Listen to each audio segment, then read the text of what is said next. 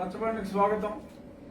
ముందుగా తెలుగు వారందరూ ఎప్పటి నుంచో ఎదురు చూస్తున్న మధుర క్షణాలు మన తెలుగు బిడ్డ నూతలపాటి వెంకటరమణ గారు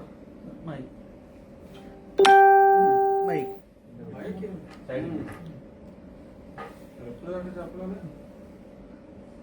నూతలపాటి వెంకటరమణ గారు అఫీషియల్గా రాష్ట్రపతి గారు ఈరోజు ఆయన దగ్గర నుంచి ఆదేశాలు రావడం జరిగింది.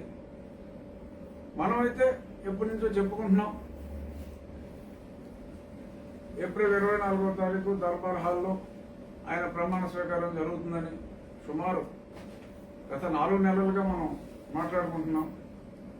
తెలుగు వారు అందరూ కూడా ఎంతో సంతోషించవలసిన క్షణాలు ఇవి. కానీ కొంతమంది ప్రజాస్వామ్యం అంటే నమ్మకం లేని వాళ్ళు, రాజ్యాంగాన్ని అసహ్యించుకునే వాళ్ళు మరి ఈ పరిణామానికి కాస్త బాధపడవచ్చు. కానీ వాళ్ళని చూసి మనం జాలి పడదాం, అంతకుమించి ఇంకా వేరే ఏ భావం పెట్టుకోవాల్సిన అవసరం లేదు. వాళ్ళ మానాన్న వాళ్ళనే వదిలేద్దాం. మరొక్కసారి రమణ గారికి రాష్ట్ర ప్రజల తరపున ఆ హృదయపూర్వక శుభాభినందనలు. ఇంకా సబ్జెక్ట్లో వెళ్ళిపోదాం. ఈరోజు మెయిన్ పాయింట్ ఏంటంటే, ఎప్పటి నుంచో అందరూ చాలామంది, ఎందుకంటే న్యాయ వ్యవస్థ అంటే గౌరవం ఉన్న చాలామంది ఫీల్ అయ్యేది ఏంటంటే, మరి జగన్మోహన్ రెడ్డి గారు 11 సిబిఐ ఛార్జ్షీట్లో A1గా ఉన్నారు. మరి A1గా ఉన్నాయన మరి ఆయన పనుల ఒత్తిడి వలన కట్టింగ్లు అంటే ఓపెనింగ్, ఆ కట్టింగ్ల ఒత్తిడి వలన మరి కోర్టుకు హాజరు కాలేకపోతున్నారు. మరి హాజరు కాలేకపోయినప్పటికీ మరి సిబిఐ వాళ్ళు కూడా మరి మౌనం వహిస్తున్నారు. సో ప్రతిపక్షాల వాళ్ళు, ముఖ్యంగా మొన్న సునీల్ దేవదార్ గారు ఒక పెద్ద మాట అన్నారు, బెయిల్ రద్దు అయితే ఇమీడియట్గా జైలుకి వెళ్ళిపోతారు అని. కానీ మరి ఎందుకు ఇన్ని మాటలు పడవలసిన అవసరం ఏంటి? కోర్టుకి అటెండ్ అయ్యి మరి ఆ ట్రయల్ కంప్లీట్ చేసేసుకుంటే అత్తలేని చంద్రుల్లా బయటపడిపోవచ్చు కదా. మరి ఎందుకు ఇంత ఆలస్యం జరుగుతుందని మరి ఆలోచించి, మరి ఈయన ముఖ్యమంత్రిగా బయట తిరుగుతూ ఉన్నందువల్లే కదా మరి ఆయన అంతా బిజీగా ఉండి జీతం తీసుకోవట్లేదు, ఫైన్. అయినా సరే జీతం తీసుకోపోయినప్పటికీ కూడా దానికి ఎన్నో రెట్లు జీతం తీసుకుంటున్న వ్యక్తిగా మరి చాలా కష్టపడి శ్రమపడి మరి ఆయన పనిచేస్తున్నారు. But at the same time problem ఏమొచ్చిందంటే, ఈరోజు ఒక ప్రజాప్రతినిధి, ఒక ముఖ్యమంత్రి న్యాయ వ్యవస్థని ఇంత చులకనగా చూస్తే, అంటే సంవత్సరం అయినా సరే ఒక వ్యక్తి అసలు నేను కోర్టుకేరని పడా అంటే మరి మాట్లాడలేని నిస్సహాయ స్థితిలో న్యాయ వ్యవస్థ ఉంటే, మరి ఇది మరి ఆ రోజు మరి కురుసభలో మరి ద్రౌపదిని వివస్త్రని చేసిన దుశ్శాసనుడికి మరి ఈరోజు మరి ఈ న్యాయ వ్యవస్థని వ్యవస్థ చేస్తున్న మా నాయకులకు ఏమైనా తేడా ఉందా? ఎవరు ఎందుకు మాట్లాడలేకపోతున్నారు అనేది చాలా బాధ కలిగించింది. ఏదైనా రాజ్యాంగం మీద ప్రమాణం చేసిన వ్యక్తిగా, మరి యువజన శ్రామిక రైతు కాంగ్రెస్ యూస్రాల్ ఐక్యపా తరఫున ఎన్నికైన వ్యక్తిగా మరి మా పార్టీకి ఎటువంటి చెడ్డ పేరు రాకూడదు, కావాలని తప్పించు తిరుగుతున్నారు అంటే మరి ఈయన అంత బిజీగా ఉన్నారు. బట్ ఆ ప్రాబ్లమ్స్ ప్రజలందరికీ అర్థం కావడం. ప్రజలు ఎలా ఉంటారండి? ఆ రోజుల్లోనే ప్రజలందరూ మంచిగా ఉన్నారు అనుకున్న రోజుల్లోనే మరి సీతమ్మ తల్లిని అనుమానించిన సమాజం మనది. మరి అటువంటి సమాజం మరి త్రేతాయుగం దాటి ద్వాపరయుగం దాటి దారుణమైన కలియుగంలో ఉన్నాం. మరి ఇంకెంత నీలాపనిందలు ఉంటాయి. సో మరి ఎంతోమంది ఎన్నో రకాలుగా మాట్లాడుకుంటున్నారు. ఇదంతా చూసి బాధపడి తట్టుకోలేక ఈరోజే ఇప్పుడే ఒక అరగంట క్రితం సిబిఐ కోర్టులో A1గా ఒక 11 ఛార్జ్షీట్లో ఉన్న రాష్ట్రానికి ముఖ్యమంత్రిగా ఉన్న జగన్మోహన్ రెడ్డి గారి బెయిల్ రద్దు చేయండి అని చెప్పి ఒక పిటిషన్ని నేనంటే నేనే దాఖలు చేయటం జరిగింది. చూద్దాం ఏమవుతుందో. న్యాయ వ్యవస్థని కాపాడుకోవడానికి కూడా ఎన్నో అవస్థలు పడే ఈ పరిణామంలో రేపేం సంఘటనలు జరుగుతాయో చూద్దాం. మరి చాలా చోట్ల వ్యవస్థలన్నీ కూడా మరి ఎన్నో సంక్షేమ పథకాలు చేపడుతున్నాం, అప్పులు తీసుకొస్తున్నాం, పప్పు బెల్లాల్లో పంచుతున్నాం. మరి ఆ పంపక ప్రభావం ఏదో ఇంకా చాలా మందికి చాలా పంపకాలు జరుగుతున్నాయని చెప్పి కూడా చాలా వివరాలు అందుతున్నాయి. మరి ఆ ఇతర పంపకాల ఈ పంపకాల ప్రభావం వలన ఓటర్లు కూడా చాలా తీవ్రంగా ప్రభావితులవుతున్నారు. పబ్లిక్ కరప్షన్ పొలిటీషియన్ కరప్షన్ అంటారు. కానీ ఈ ప్రజల కరప్షన్ కన్నా మించిన కరప్షన్ ఎక్కడా లేదు. సరే, ప్రజల కరప్షన్ కాసేపు పక్కన పెడితే మరి వ్యవస్థను కూడా మా ప్రభుత్వ పెద్దలు చాలా దారుణంగా కోట్లు ప్లాట్లు అడిగితే ప్లాట్లు, ఫ్లాట్లు అడిగితే ఫ్లాట్లు, అలా ఆ రకంగా ఇచ్చుకుంటూ ముందుకు పోతున్నారు. మరి ఈ అన్నిటికీ సరే గతంలో ఒక మంచి అధికారం ఉన్నప్పుడు ఛార్జ్షీట్లు వేయడం జరిగింది. మరి ఇప్పుడు వాటి మీద ట్రయల్ జరగాలి. సంవత్సరంన్నరగా ట్రయల్ జరగట్లేదు కాబట్టి ఈ బెయిల్ని రద్దు చేసి, ఎందుకంటే చాలా మంది ప్రభావితులు అవుతున్నారు. ఓ అక్యూజ్డ్ అయినప్పటికీ కూడా సరే, ఓ అక్యూజ్డ్ స్టేటస్ వేరు, విట్నెస్ స్టేటస్ వేరు. బట్ ఓ accused can any day become a witness. So ఓ అక్యూజ్డ్ని ఈ రకంగా మరి ఒక 3-4 రాజ్యసభ సభ్యత్వం ఇవ్వడం జరిగింది. మరొకరిని చీఫ్ సెక్రటరీగా ప్రమోట్ చేయడం జరిగింది, అనదర్ అక్యూజ్డ్ని. మరి కొద్దిమందిని ఎమ్మెల్యేలుగా చేయడం జరిగింది, కొద్దిమందిని ఉప ముఖ్యమంత్రులుగా, అంటే ఎమ్మెల్యే గారి అక్యూజ్డ్ బ్రదర్స్ అనే వాళ్ళని ఉప ముఖ్యమంత్రులుగా చేయడం జరిగింది. మరి ఇవన్నీ ప్రలోభ పెట్టడం కింద రాదా? మరి కళ్ళు మూసుకుందా సిబిఐ? మరి ఎందుకని వాళ్ళు మరి బెయిల్ క్యాన్సిలేషన్ గురించి సంవత్సరంన్నరగా రాకపోయినా అడగట్లేదు? మరి దీనివలన సిబిఐ మీద అడుగు పెద్ద నమ్మకం లేదు. సిబిఐ మీద ఇంకా ఉన్న ఆ కాస్త నమ్మకం కూడా పోతుంది.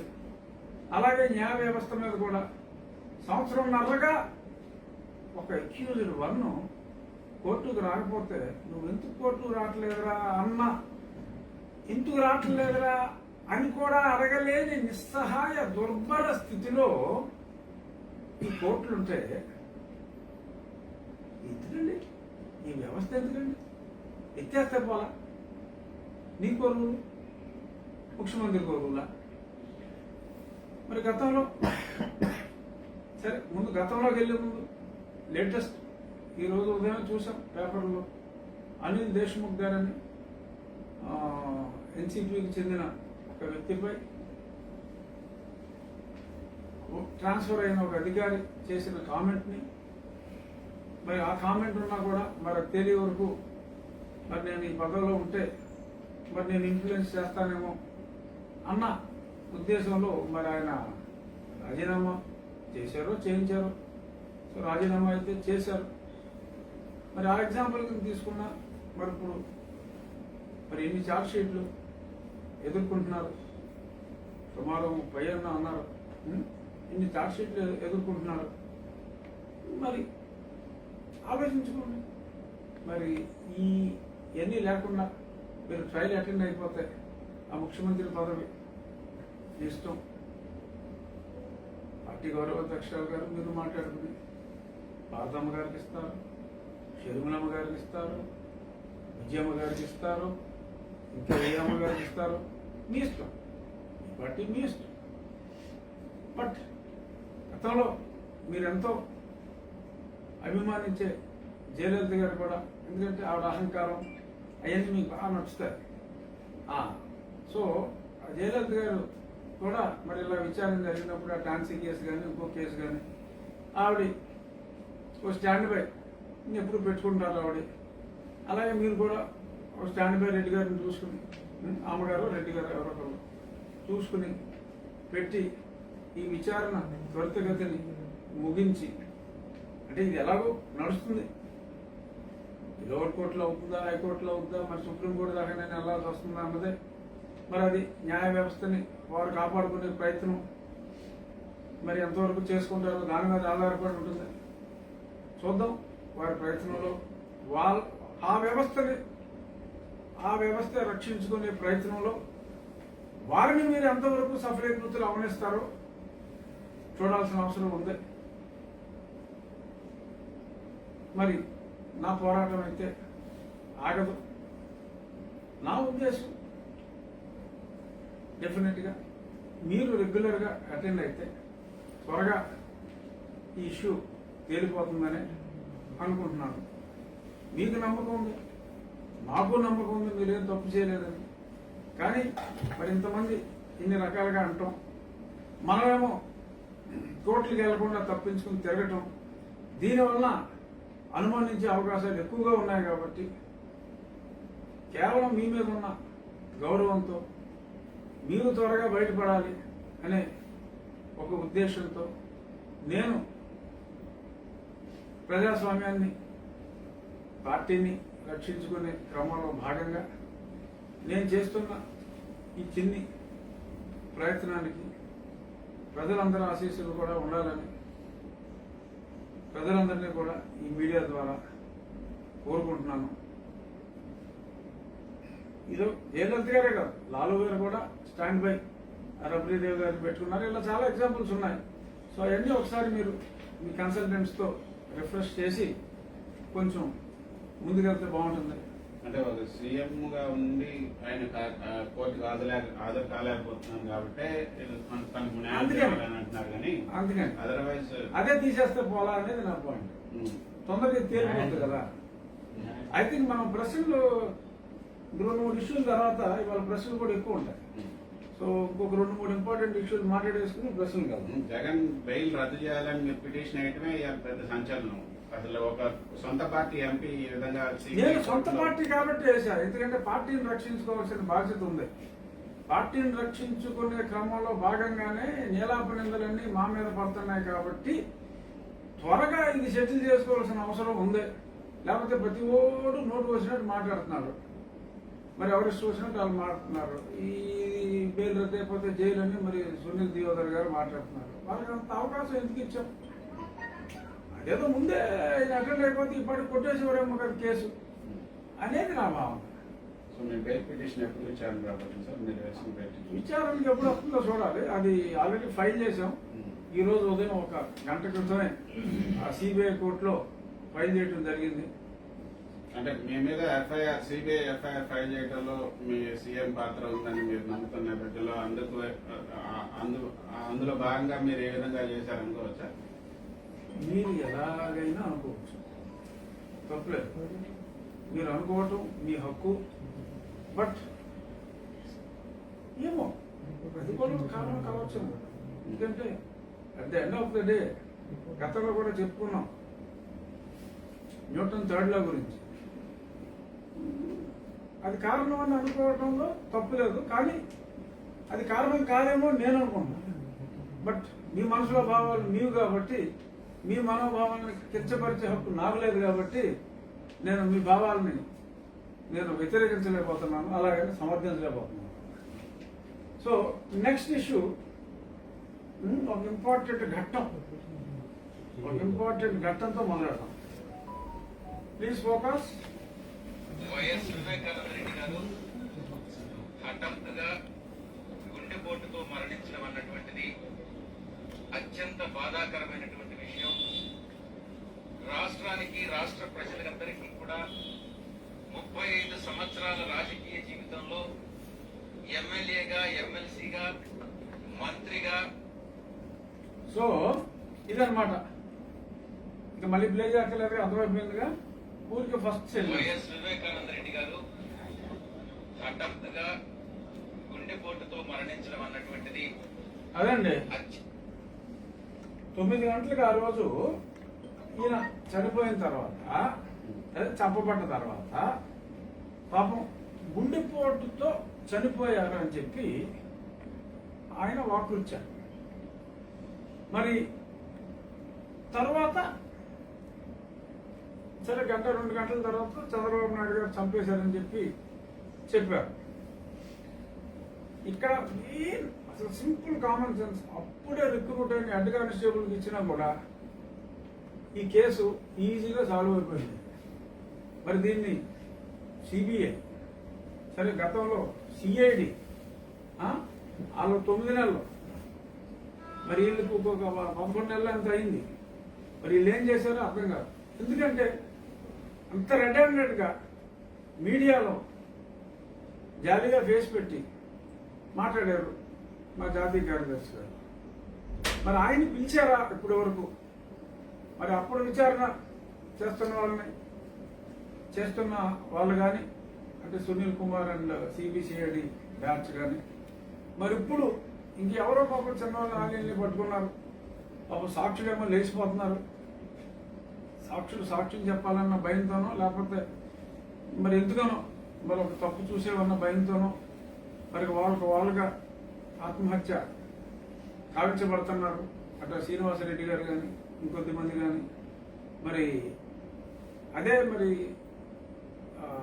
సునీత గారు చాలా బాధపడటం జరిగింది. మొన్న ఢిల్లీలో కూడా ఆవిడ చాలా స్పష్టంగా చెప్పారు ఈ విషయం మీద.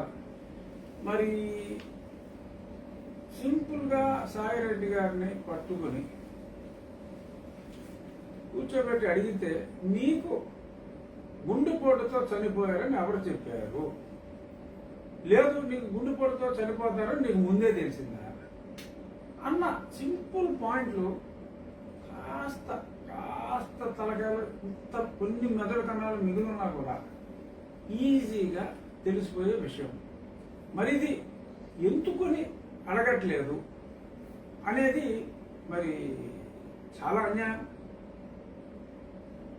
ఇప్పుడు సిబిఐ ఒక టీం మారింది, మళ్ళీ ఇంకో టీం వచ్చింది.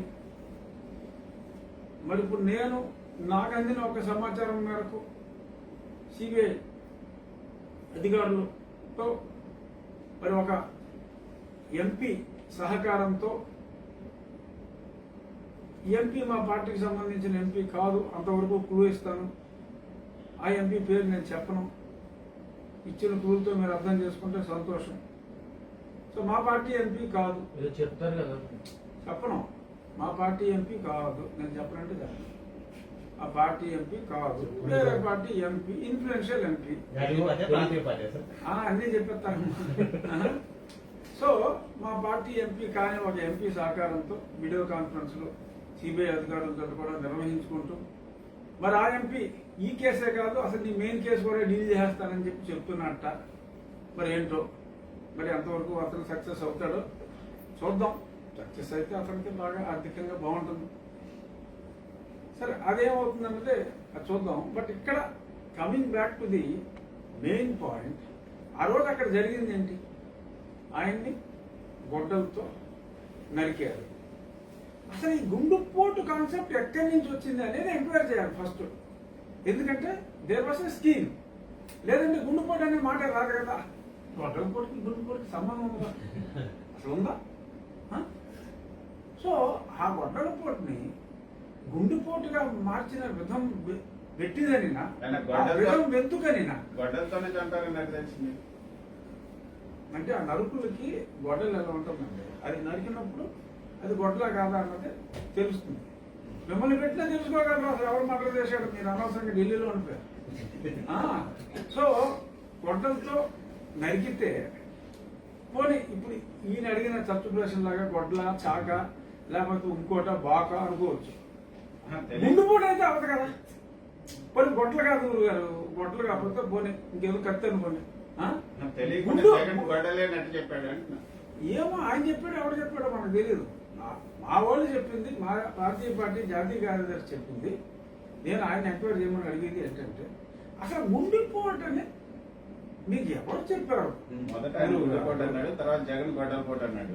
గొడ్డలతో నరకాలని జగన్ కి ఎట్లా తెలిసింది అన్నారా? మరి మరి ముఖ్యమంత్రి గారు గొడ్డలి అంశాన్ని ఫస్ట్ ఆయనే లేవనెత్తారని నాకు ఇప్పుడు మీరు చెప్తే తెలిసింది. అది డెఫినెట్ గా ఆలోచించవలసిన అంశమే. సో బేసిక్గా ఈ గుండెపోటు అని ఎలాగా మీకు తెలిసింది, గుండెపోటు అని ఎవరు చెప్పారు? తర్వాత నేను ఆ రోజు కొన్ని విజువల్స్లో చూసా, ఒక ప్రముఖ డాక్టర్ గారు కూడా ఆ విజువల్స్లో ఉన్నారు. మరి కనీసం సాయిరెడ్డి గారు అంటే మరి ఏదో రాజకీయాలు ఆడిట్ అకౌంట్ చూసినవాడు కాబట్టి కొంత గుండెపోటుకి గొడవలపోటుకి తేడా తెలియలేదేమో అనుకోవచ్చు. అది తెలుస్తుంది అందరికీ. గుండెపోటుకి తల్లో చెప్తాం సార్. అదేనమ్మా, గొర్రెలు కాసిన వాడికి కూడా తెలుస్తుంది కానీ చార్టెడ్ అకౌంటెంట్లు తెలియదేమో, మనకు తెలియదు. కాకపోతే ఒక డాక్టర్ కూడా ఆ సమయంలో అక్కడికి వెళ్ళారని తెలిసింది. మరి ఆ డాక్టర్ గారు ఆ ప్రాంతానికి వెళ్ళిన విజువల్స్ తర్వాత కూడా మరి మా జాతీయ కార్యదర్శి గారు గుండెపోటుగానే, అంటే ఒకవేళ ఫోన్లో ఈయనకి గొడ్డలపోటుతో మరణించారని చెప్తే గొడ్డలపోటు అనే కాన్సెప్ట్ ఆయనకు గుండెపోటుగా వినపడిందని చెప్పి ఈయన మరి సిబిఐ చెప్తారేమో రేపు, నాకు అలా తెలిసిందని. So there is a conspiracy which is very clear. ఎందుకంటే ఈయన గొడ్డలపోటు అంశాన్ని తీసుకొచ్చారు కాబట్టి గుండెపోటుని, కాన్స్పిరసీ అన్నది చాలా క్లియర్గా ఉంది. అక్కడ ఆ ప్రాంతానికి చెందిన ఒక ఎంపీ ఆ ఎస్పీకి ఫోన్ చేసి ఇక్కడంతా నీట్గానే ఉంది, ఆయన పాపం గుండె చనిపోయాడు, ఎవ్రీథింగ్ వీఆర్ టేకింగ్ కేర్ అనే రికార్డు కూడా అక్కడ ఉందట. అంటే మరి ఆ వ్యక్తి కూడా అక్కడికి రాకముందే మరి సాయిరెడ్డి గారి మాట విని మరి నిజంగా గుండెపోటు అనుకుంటే మరి స్పాట్లోకి వెళ్ళిన తర్వాత అన్నా తెలియాలి. ఇంకో పాయింట్, కుట్టెవడేసాడు చెప్తారా? కుట్టెవడేసాడు? ఆయన అయితే కుట్టుకుని మరి చచ్చిపోలేడు కదా. బొట్టలతో ఆయనే నరుక్కుని ఆయనే కుట్లు వేసుకుని, అంటే చాలా కష్టం. నరుక్కుంటమే ఇంపాసిబుల్. కుట్లు కూడా వేసుకుని గుండెపోటుతో చచ్చిపోయినట్టు అలా అయితే అలా పడుకోలేడు కదా. కట్లు కూడా ఆయన కట్టుకోలేడు కదా. నరుక్కుని ముట్టుకుని గొడ్లు కట్టుకుని ఆయన అయితే చనిపోలేడు. బయట వచ్చి చంపితే టక్కనేసి వెళ్ళిపోతాడు తప్ప ఎన్ని కట్లు కట్టి దీన్ని ఒక న్యాచురల్ డెత్ లాగా క్రియేట్ చేసి పని చేయడు. బట్ ఇక్కడ చేసింది ఎవరు? ఏటు విజయసాయిరెడ్డి గారు. అంటే ఏటు అంటే మిగిలిన కేసుల్లో ఏటు అంటే ఈజీ లాంగ్వేజ్ కోసం మనం మాట్లాడుతున్నాం. ఏటు విజయసాయిరెడ్డి గారు మరి ఈ మాట అన్నారు. అక్కడ ఆ లోకల్లో ఇంకొక ఆయన కూడా ఆ ఎస్పీ గారితో ఇది ముందు కూడా చనిపోయాడు, మేమంతా చూసుకున్నామని అన్నారు. మరి ఆ వైద్యుడు ఎవరు? ఆ కుట్లు వేసిన వైద్యుడు ఎవరు? ఆ వైద్యులు ఇప్పుడు ఉన్నారా లేరా అన్నది కూడా మరి ఆలోచించవలసిన విషయం. So it is a blatant day light murder by the known kith and కిన్. అందులో ఎటువంటి సందేహం లేదు. ఆ కిత్ అండ్ కిన్ ఎవరో గుండెపోటు అనౌన్స్మెంట్ ప్రప్రథమంగా మీడియాకి తెలియజేసిన వ్యక్తికి తెలియకుండా ఉండే అవకాశం లేదు. సో కాబట్టి నిన్న మా పార్టీ గౌరవ అధ్యక్షురాలు గారు శ్రీమతి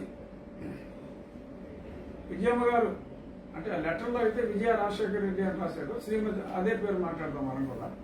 శ్రీమతి విజయ రాజశేఖర రెడ్డి గారు ఏమన్నారు? ఇది మీకు ఇమ్మీడియట్గా తేల్చాలన్నారు. ఎందుకంటే వ్యవస్థాపక అధ్యక్షురాలుగా ఆవిడంటే మనందరికీ విపరీతమైన గౌరవం.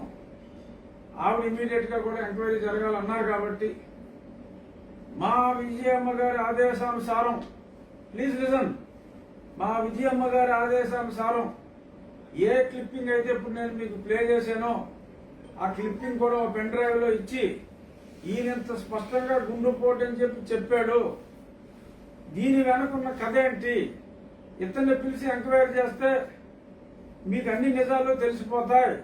సో కాబట్టి ఇతను తక్షణం మీరు ఎంక్వైరీకి పిలిచి ఎంక్వైరీ చేసి ఈ నిజాల్ని బయట పెట్టండి. ఈ విషయాన్ని ఇంతగా ఓపెన్ గా ఎవడు చంపాడో అందరికీ తెలిసిన ఈ విషయాన్ని మీరు దాయాలని చూస్తే చాలా ఇబ్బంది పడతారు. ప్రజలందరికీ తెలిసిన బహిరంగ రహస్యాన్ని మీరు ఎవడో అటు వెళ్ళివాడు సరదాగా మర్డర్ చేద్దామని చెప్పి అది గొడవలే నా 10 నెల ఉందో పరీక్షిద్దామని చెప్పి అక్కడ ఇంట్లో పడుకున్న లేపి నరికెళ్ళిపోయాడని చెప్పి ఇలాంటి కహానీలు చెప్తే కుదరదు. ఎవడికో సంబంధం లేకుండా ఆడెవడో వచ్చాడు వేసేసాడు వెళ్ళిపోయాడంటే కుదరదు. ఆ వేసేసినాడు గుండెపోయి చచ్చిపోయాడని కూడా చెప్పాడా? కుట్లేసినాడు చెప్పాడా? ఆ లోకల్గా ఎస్పీకి ఫోన్ చేసినాడు చెప్పాడా? చెప్పలేదు కదా. సునీతకి డౌట్ వచ్చి తను ఆ ఎస్పీతో మాట్లాడి you cannot go ahead without post mortem, I'm reaching there, let there be a post mortem అన్న తర్వాత ఆ కట్లన్నీ ఇప్పిన తర్వాత ఆ కుట్లన్నీ బయటకు వచ్చినాయి. లేకపోతే ఆ కుట్టు లేదు గుట్టు లేదు, పాపం గుండె ఏం చచ్చిపోయాడు, సింపుల్ కథగచ్చికి మనం ఇంటికి అంతా అయిపోయాయి.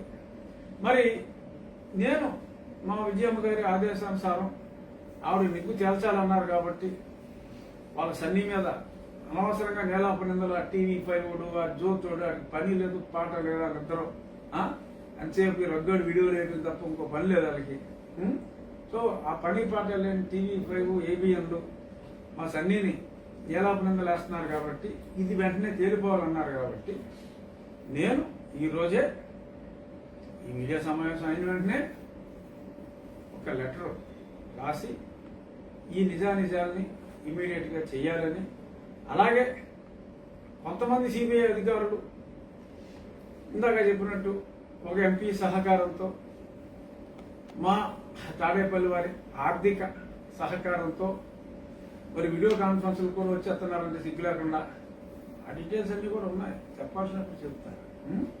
సో చెప్పరా ఎప్పుడు చెప్తా చెప్పాల్సి మీ వస్తుంది, దగ్గర డీటెయిల్స్ ఉన్నాయా? సిద్ధంగా ఉందా? కంటిన్యూ చేయండి. సో ఇది మరి డెఫినెట్గా ఇంకొకటి ఇక్కడ ఎవరికి అర్థం కాదు, మా శ్రీమతి విజయ రాజశేఖర రెడ్డి గారు మాట్లాడింది ఈరోజు తెలుగువారి మనస్సాక్షిలో ఫ్రంట్ పేజీలో రైట్ సైడ్ ఎంత, ఆ లోపల సెకండ్ పేజీలో ఒక హాఫ్ చాలా స్పష్టంగా ఇవ్వడం జరిగింది. ఇది ఇది ఫ్రంట్ పేజీలో పచ్చ కుట్రట, లోపల పేజీలో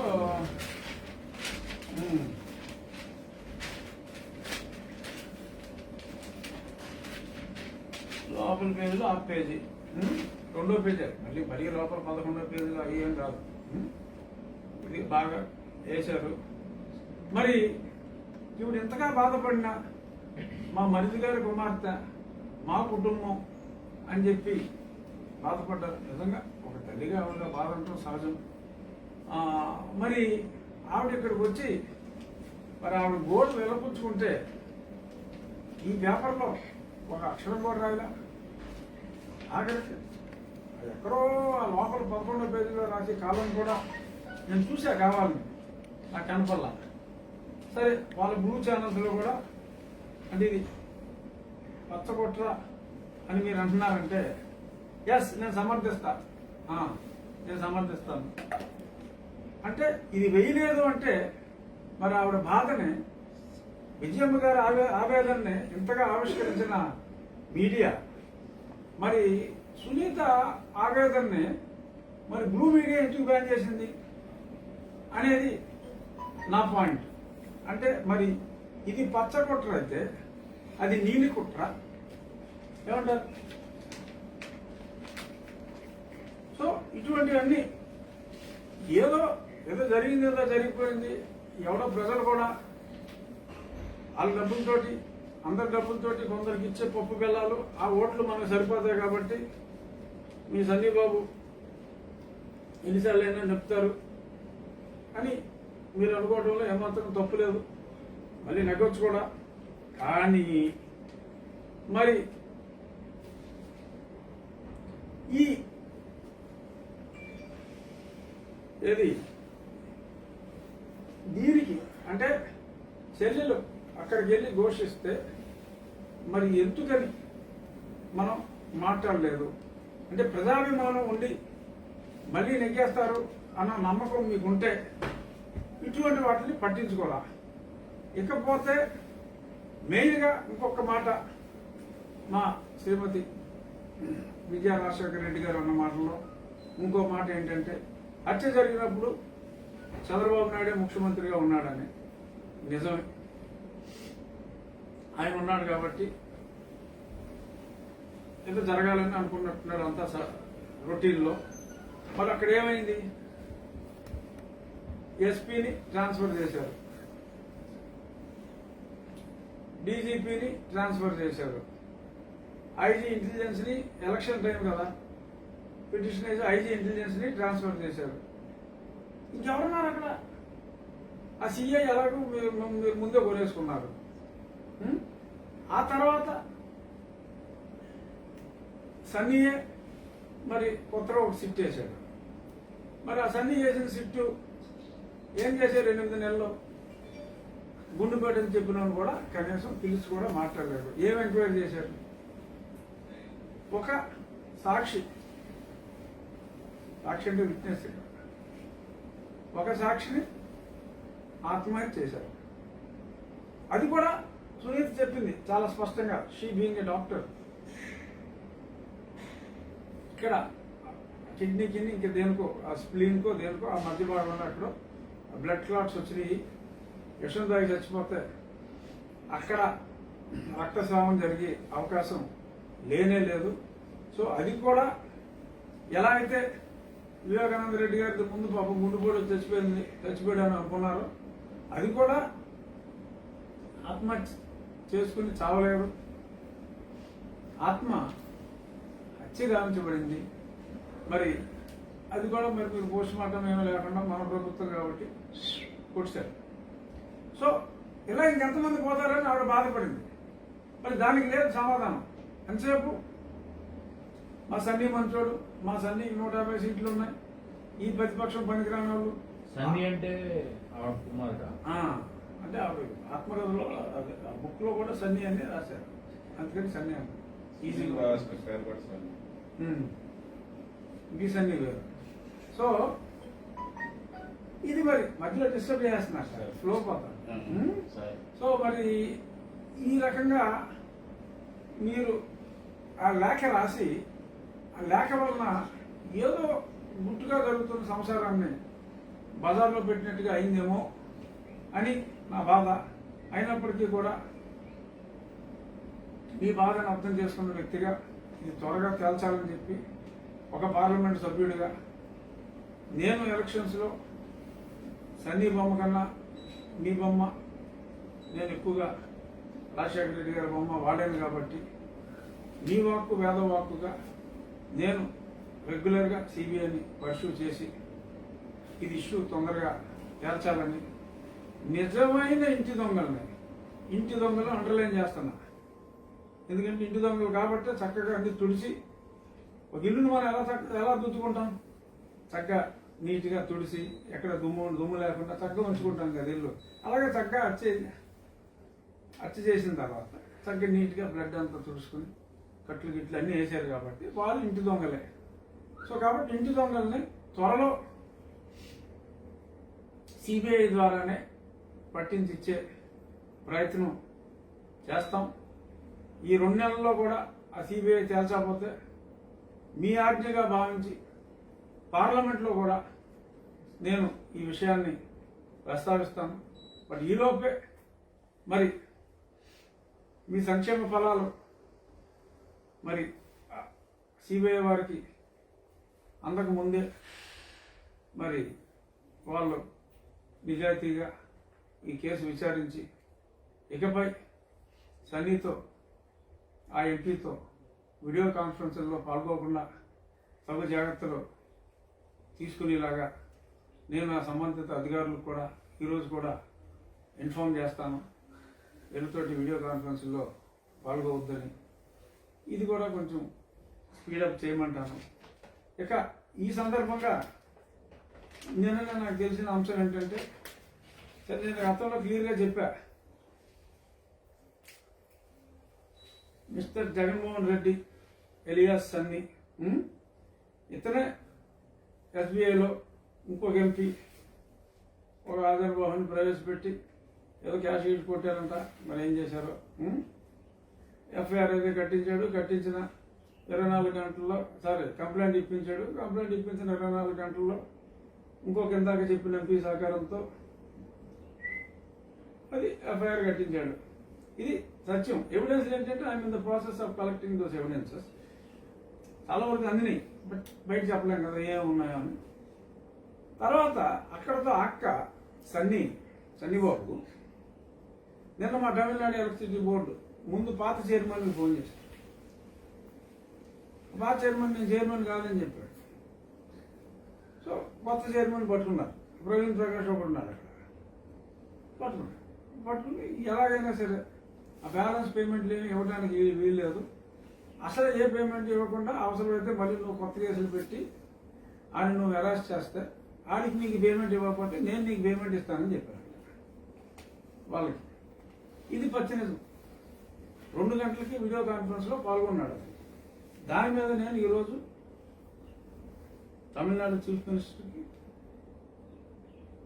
కేంద్ర హోంమంత్రి గారికి, పవర్ మినిస్టర్కి, ఎందుకంటే అది ఎలక్ట్రిసిటీ బోర్డు చైర్మన్ ఇంట్లో కుమ్మక్క అయిపోయాడు కాబట్టి పవర్ మినిస్టర్కి, పవర్ సెక్రటరీకి, సివిసికి, సిబిఐకి,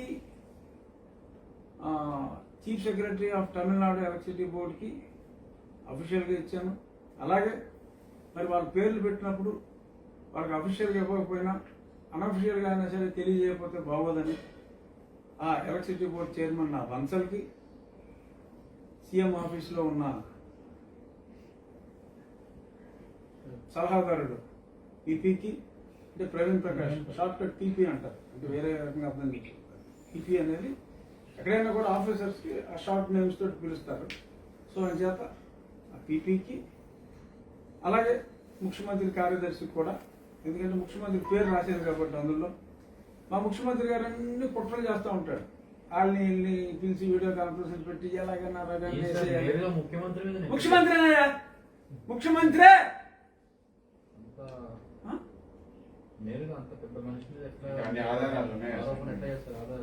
ఆరోపణ చేశాను, నిరూపించుకోమని కాదని నేను చెప్తున్నాను. 2 గంటలకు మాట్లాడాడు సన్నీ అతనితో. కాదని పూజ నిన్న మధ్యాహ్నం అఫీషియల్ నేను రైటింగ్ ఇచ్చేసాను అందరికి. I mean respectable position. I can't right what ever non sense I want to right. So all evidence నేను ఇచ్చాను, నాకు తెలుసు కాబట్టి ఇచ్చాను. సో అన్ని తెర వెనక వ్యవహారాలు చేస్తూ ఉంటాడు. నేను ఓపెన్గా లెటర్ ఇస్తే ఇచ్చాను. నేను ఖాళీ కూర్చోలేదుగా, మీడియాకి చెప్పానుగా. సో చక్కగా అది నేను ఇచ్చాను. చూద్దాం ఏం జరుగుతుందో. బట్ ఎక్కడి నుంచైనా ఈ సిబిఐలతో మాట్లాడేటాలు ఇప్పుడు అర్థమైపోతాను కదా. 9 నెలలు అయినా సరే ఆ సాయిరెడ్డిని ఓపెన్గా టీవీలో గుండిపోటు అన్నాను కూడా పిలవలేదు. ఇంకోటి, నా బెయిల్ క్యాన్సిలేషన్లో one of the main point మీరు గతంలో చూసుంటారు. విజయసాయిరెడ్డి గారు ఈ వెంకటేష్ అని చెప్పి ఒక ఆఫీసర్ని తీసుకొస్తున్నారు, అది కరెక్ట్ కాదు, ఆయన ఏమో ఇక్కడికి ఏదో అప్లై చేశాడంట అన్నారు. అసలు ఇతనికి ఎలా తెలిసింది అప్లై చేసినట్టు? అది ఇంటర్నల్ కదా. అంటే సిబిఐతో ఇతను టచ్లో ఉన్నాడు అన్నది బహిర్గతం అయిపోయింది కదా. సో నాకు ఇంటర్నల్గా తెలిసింది ఇతను రావడానికి వీలు లేదు అన్నాడు. సో ఇక బయట ఉంటే ఇది ఇలాంటి ఇన్ఫ్లుయెన్స్ చేస్తూ ఉంటాడు. సో చేత ఇదంతా మంచి పద్ధతి కాదు కాబట్టి.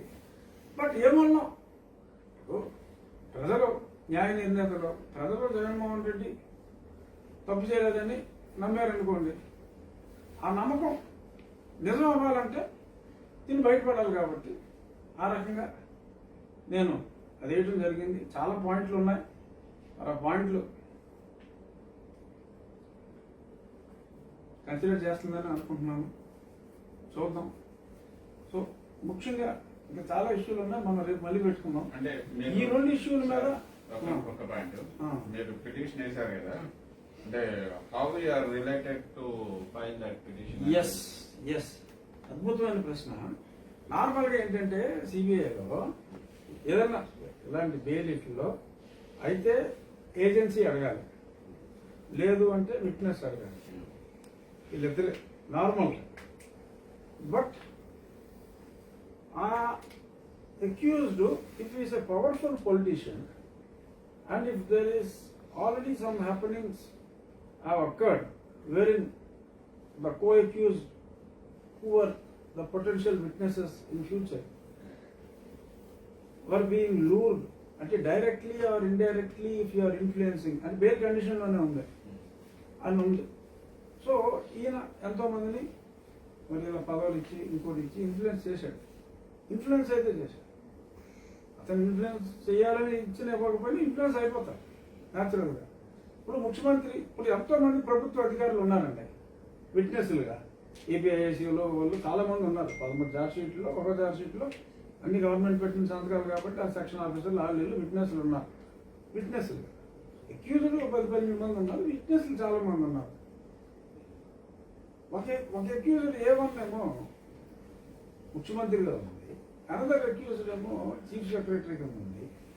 ఇంకా మిగిలిన పచ్చల అక్యూజ్డ్ వాళ్ళు అందరూ టాప్ పొజిషన్లో ఉంది. ఎవరికైనా ధైర్యం ఉంటుందండి సాక్ష్యం చెప్పడానికి?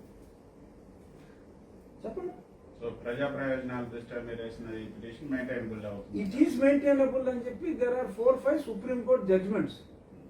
ఆ 4-5 సుప్రీంకోర్టు జడ్జిమెంట్లని అటాచ్ చేసి, ఎందుకంటే గతంలో యూపీలో కూడా ఒక ఎమ్మెల్యే గారు 4 సార్లు ఎమ్మెల్యే అయిన ఆయన ఎవరినో మరి ఏదో చేశాడు. ఆయన ఏదో ముందు ఎవరినో గర్భవతిని గావించారట, ఆ పిదప నచ్చి గావించారట. ఆయనకి బెయిల్ ఇస్తే కూడా బెయిల్ క్యాన్సిల్ చేసి ఆయన జైల్లో పెట్టారు. But that bail cancellation petition was filed by not by the agency, not by the deceased family person or any witness. It is by a public spirited person. So there are case laws. మరి అయినా మరి ఇన్ని సంక్షేమ కార్యక్రమాల ధనం ఉంది, ఆ ధనాన్ని ఇంధనంగా వాడి బయటపడతారేమో చెప్పలేం, అనుమానం ఉంది. బట్ చట్టపరంగా కొట్టేయడానికి లేదు. మరి సంక్షేమ ఫలంగా మరి ఏదైనా లబ్ధి చేకూరి కొట్టేస్తే అయినా ఇప్పుడు ఎక్కడుంది సార్? అప్పుడు ఉన్న సంక్షేమ పథకాలకు కూడా డబ్బులు లేవు, జీతాలకు కూడా డబ్బులు లేవు. ఆర్బీఐ మేము జీతాలు ఆపుతామండి, మేము జీతాలు ఆపుతాం కానీ సంక్షేమ పథకాలు ఆపేవాళ్ళు కూడా రేపు వాళ్ళు ఇచ్చే పరిస్థితి లేదు. లేదు అసలు ఇవాళ సోషల్ మీడియాలో అన్ని ఇయ్యే కదా. మామూలు గవర్నమెంట్ ఉద్యోగం ఉందంటే పెళ్లిళ్ళు చేస్తారంట, ఏపీ గవర్నమెంట్ లో ఉద్యోగం అంటే అసలు ఫెడరల్ మీద పెళ్లిళ్ళు కూడా అయిపోతున్నాయంట. జోకులు జీతాలు ఇయ్యరని. అదే అంటే నేను చెప్పింది నిజంగా అయిపోయిందని కాదు, ఆ రకంగా కూడా మాట్లాడేసుకుంటున్నారు. ఈ రేపు మాట్లాడుకుందాం. సో ప్రస్తుతానికి మంచి మాట.